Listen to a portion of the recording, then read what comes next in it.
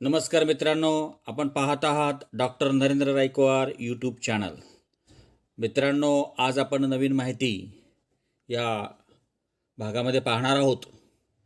तुम्हाला माहिती आहे का, भारतीय संविधानामध्ये कोणत्या देशांच्या संविधानातून काय काय घेतलं आहे? नाही ना? काय हरकत नाही. आपण आजच्या भागामध्ये पाहूया की भारतीय संविधान जे म्हणलेलं आहे यामध्ये अनेक गोष्टी, नवीन नवीन तरतुदी या ठिकाणी आहेत. वेगवेगळ्या मुद्द्यांचा समावेश आहे. तर हे सगळं एकत्रित करताना कोणकोणत्या देशाकडून काय काय घेतलेलं आहे ते आपण आजच्या भागामध्ये पाहणार आहोत. कारण UPSC, MPSC आणि इतर कुठलीही जरी परीक्षा असली तरी या प्रकारचे प्रश्न तुम्हाला या ठिकाणी विचारले जाणार आहेत आणि ते विचारले जातील. म्हणून त्या दृष्टीने विद्यार्थी मित्रांनो, तुमची तयारी असणं आवश्यक आहे. म्हणूनच हा व्हिडिओ आपण आज घेऊन आलेलो आहोत. पहा, इंग्लंड, यालाच ब्रिटन असं म्हणतात, युनायटेड किंगडम असंही देखील या ठिकाणी म्हणतात. तर भारतीय संविधान बनविताना किंवा निर्माण करताना 60 ते 65% जो भाग आहे तो आपण इंग्लंडच्या संविधानापासूनच घेतलेला आहे. कारण इंग्लंडला सांसदीय शासन पद्धतीची जननी असं म्हणतात. म्हणून सांसदीय शासन व्यवस्था जी आहे ही सांसदीय शासन व्यवस्था आपण इंग्लंडपासून घेतलेली आहे. दुसरं महत्त्वाचं जी निवडणुकीची प्रक्रिया आहे आणि निवडणूक आयोग आहे की हा आयोग निवडणुकीच्या सगळी व्यवस्था त्या ठिकाणी पाहते. तर हा सगळा भाग आपण इंग्लंडच्या संविधानामधूनच घेतलेला आहे. तसंच जिल्ह्यामध्ये आपण कलेक्टर पद पाहतो. तर हे पदसुद्धा आपण जे निर्माण केलेलं आहे संविधानामध्ये अधिकारी म्हणून, तर हे सुद्धा आपण इंग्लंडच्या संविधानापासून घेतलेलं आहे. कायद्याची अधिसत्ता म्हणजे कायद्यापेक्षा कोणीही मोठा नाही. जे काही त्या देशामध्ये होईल ते सर्व कायद्यानुसारच होईल आणि कायदा हा प्रत्येकाला लागू राहील आणि त्याचं पालन देखील सर्वांना त्या ठिकाणी नागरिक यांना त्याने करावं लागेल. मग त्या ठिकाणी कोणताही व्यक्ती असो, पदाधिकारी असो, मंत्री असो, कोणीही असो, प्रधानमंत्री असो, सगळ्यांना कायद्याचे पालन करावे लागेल. म्हणजे देशामध्ये एका व्यक्तीचं शासन असत नाही, तर त्या ठिकाणी कायद्याची अधिसत्ता म्हणजे कायद्याचं राज्य असते. तर हा देखील मुद्दा आपण इंग्लंडच्या संविधानापासूनच घेतलेला आहे. एकल नागरिकता म्हणजे घटक राज्याचा नागरिक वेगळा आणि केंद्र शासनाचा, त्या देशाचा त्या ठिकाणी नागरिक वेगळा, अशा प्रकारचं नागरिकत्व दिलं जात नाही. तर संपूर्ण देशाकरता एकच नागरिकत्व आणि तो आपण म्हणतो की भारताचा नागरिक असं आपण म्हणत नाही की महाराष्ट्राचा नागरिक किंवा मध्य प्रदेशाचा नागरिक असं आपण म्हणत नाही. तर हे अशा प्रकारचं भारताचा एकच नागरिक आहे म्हणून एकल नागरिकत्व हे सुद्धा आपण इंग्लंडच्या म्हणजे ब्रिटनच्या संविधानापासून घेतलेलं आहे. त्यानंतर अमेरिकापासून काय घेतलेलं आहे? फंडामेंटल राईट्स, मूलभूत अधिकार. म्हणजे व्यक्तीला सुखाने आणि आनंदाने त्या ठिकाणी जीवन जगायचं असेल तर ते जीवन जगण्याकरता त्या व्यक्तीला तशा प्रकारचं स्वातंत्र्य पाहिजे, तशा प्रकारचे अधिकार पाहिजे. कारण ते अधिकार असल्याशिवाय तो सुखसमाधानाने जीवन जगू शकत नाही किंवा स्वतःची सर्वांगीण प्रगती देखील करू शकत नाही. तर अशा प्रकारचे मूलभूत अधिकार जे आहे की त्या अधिकाराचं संरक्षण करण्याची जबाबदारी कोणाची आहे? न्यायालयाची आहे. म्हणून मूलभूत अधिकाराचा जो समावेश आहे, जो भाग घेतलेला आहे आपण, तो अमेरिकेच्या संविधानापासून घेतलेला आहे. तसंच सुप्रीम कोर्टाचे न्यायाधीश असतात, त्यांना पदभ्रष्ट करायचं असेल म्हणजे पदावरून काढून टाकायचं असेल तर त्याची प्रक्रिया काय राहील? त्याला महाभियोगाचा खटला म्हणतात. म्हणजेच न्यायाधीशाने जर त्या ठिकाणी पक्षपातीचं धोरण स्वीकारलं असेल किंवा न्यायव्यवस्थेमध्ये भ्रष्टाचार केला असेल तर न्यायाधीशाला पदावरून काढून टाकण्याकरता महाभियोग पद्धती आहे. आणि ती महाभियोग पद्धती जी घेतलेली आहे ही आपण कुठून घेतलेली आहे? अमेरिकेकडून घेतली आहे.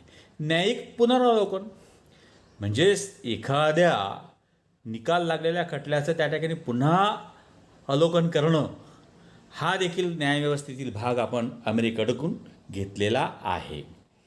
त्यानंतर दक्षिण आफ्रिकेपासून काय घेतलेलं आहे पहा. कारण संविधान ज्या तारखेला तयार झालं त्यातील जसे कलम निर्माण केले, ज्या तरतुदी आहेत त्या काही वर्षानंतर किंवा काळानंतर तशाच लोकांच्या उपयोगी पडतील असं म्हणता येत नाही. कारण काळ परिस्थितीनुसार गरजा माणसाच्या बदलत असतात. प्रशासन व्यवस्था त्या ठिकाणी बदलत असते, अनेक समस्या त्या ठिकाणी समोर नवनव्याने येत असतात, तर संविधानामध्ये दुरुस्ती करावी लागते. आणि दुरुस्तीची प्रक्रिया कोण्या पद्धतीने राहील, कशी राहील, तर हा भाग आपण दक्षिण आफ्रिकेपासून घेतलेला आहे. त्यानंतर संसदीय शासन पद्धतीमध्ये 2 सभागृह असतात, त्यामध्ये वरिष्ठ आणि कनिष्ठ सभागृह. भारताच्या दृष्टीने जर पाहिला आपण, तर राज्यसभा हे वरिष्ठ सभागृह आहे आणि लोकसभा हे कनिष्ठ सभागृह आहे.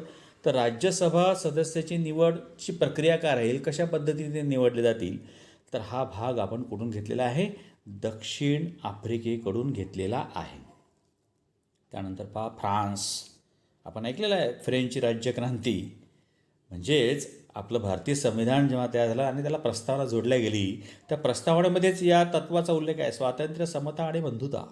सर्वांना स्वातंत्र्य, सर्व लोक त्या ठिकाणी एक समान राहील, एक समान न्याय राहील आणि हे सगळे लोक एकमेकांच्या बंधुभावाप्रमाणे या ठिकाणी नांदवतील. म्हणजे सगळ्या जाती धर्माचे, बोलीभाषा, संस्कृतीचे लोक असताना देखील एका सूत्रात बंधुता या नात्याने बांधले जातील, अशा प्रकारचे तत्त्व आपण कुठून घेतलेलं आहे, फ्रान्सच्या संविधानापासून घेतलेलं आहे.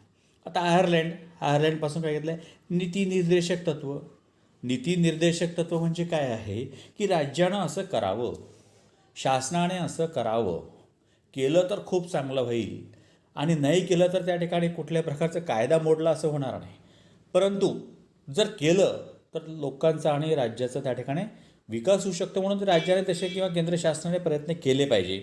जसं शिक्षणात मोफत शिक्षण देणे, लहान मुलांना त्या ठिकाणी पोषण आहार देणे, शेतकऱ्यांना कर्ज पुरवठा करणे, मोफत अन्नधान्य त्या ठिकाणी पुरवणे गरिबांना, त्यानंतर शेतकऱ्यांना त्या ठिकाणी तशा प्रकारच्या अवजाराची उपलब्धता करून देणे, त्यांना बैलजोडी देणे, अशा प्रकारचे जे उपक्रम त्या ठिकाणी शासन राबवते जनकल्याणाकरता, स्वतःहून ते नीतिनिर्देशक तत्वामध्ये त्या ठिकाणी येतात की राज्याने हे करावं. म्हणून नाही केलं तर कुठल्या प्रकारचा त्या ठिकाणी कायदा मोडला किंवा त्याला दंड वगैरे त्या शासनाला किंवा त्या राज्याला होणार नाही. म्हणून याला नीतिनिर्देशक तत्त्व असं म्हणतात की यानुसार नीती वापरावी. राष्ट्रपतीची निवडणूक आहे, ती प्रक्रिया काय राहील, राष्ट्रपती कसं काम करेल, हे सगळं त्या ठिकाणी आयर्लंडमधून घेतलेलं आहे.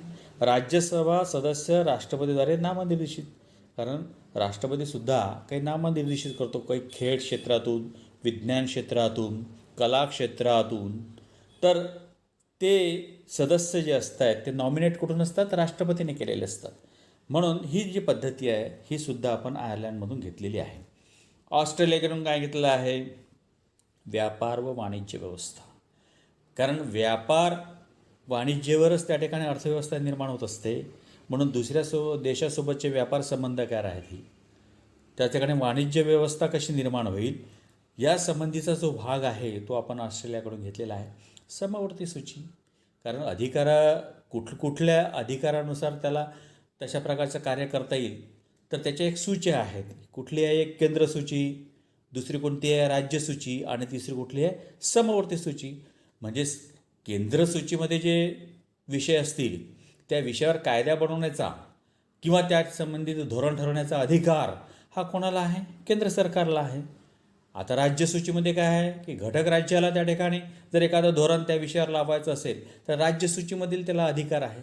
परंतु तिसरी सूची जी आहे ती समवर्ती सूची आहे.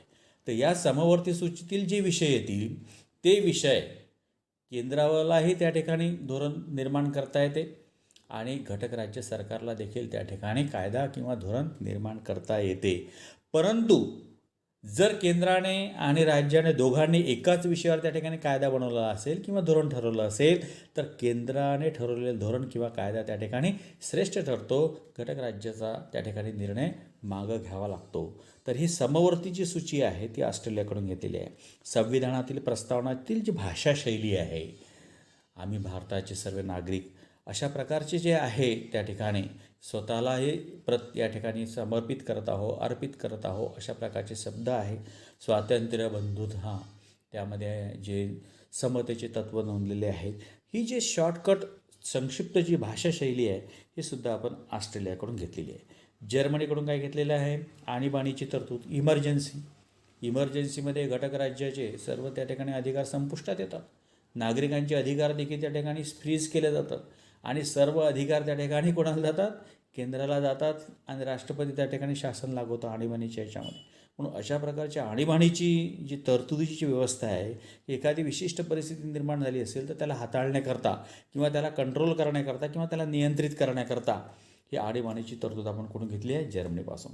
जापानपासून काय घेतलं आहे? सर्वोच्च न्यायालयाचे कामकाज कायद्याच्या आधारे.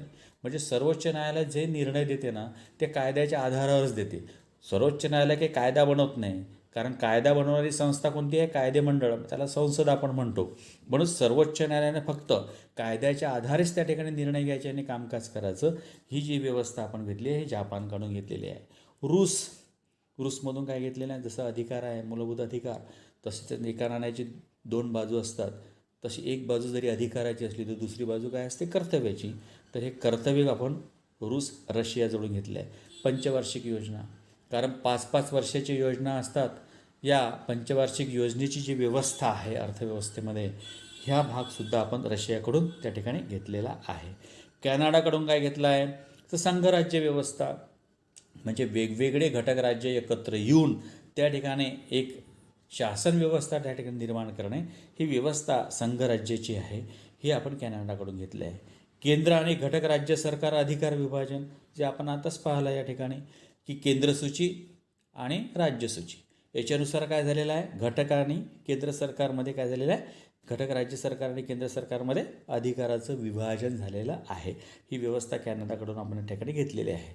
तर मित्रांनो, अशा प्रकारे आपल्या भारतीय संविधानामध्ये ज्या तरतुदी आहेत, ज्या गोष्टी आहेत, जी तत्त्व आहेत, ते अनेक देशाकडून ज्या चांगल्या चांगल्या गोष्टी आहेत, ज्या देशाच्या विकासाकरता, सर्वांगीण विकासाकरता, त्या ठिकाणी सुव्यवस्थित प्रशासन व्यवस्थेकरता ज्या ज्या असतील ना, त्या इतर देशाकडून आपण त्या ठिकाणी घेतलेल्या आहेत.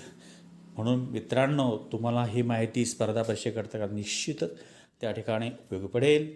तुम्हाला जर अशी माहिती ही जी आता आपण पाहिलेली आहे ही जर आवडली असेल, उपयुक्त वाटत असेल, तर माझ्या डॉक्टर नरेंद्र गायकवाड यूट्यूब चॅनलला तुम्ही सबस्क्राईब करा आणि लाईक करा आणि दुसऱ्यालाही त्या ठिकाणी हे फॉरवर्ड करा. थँक्यू.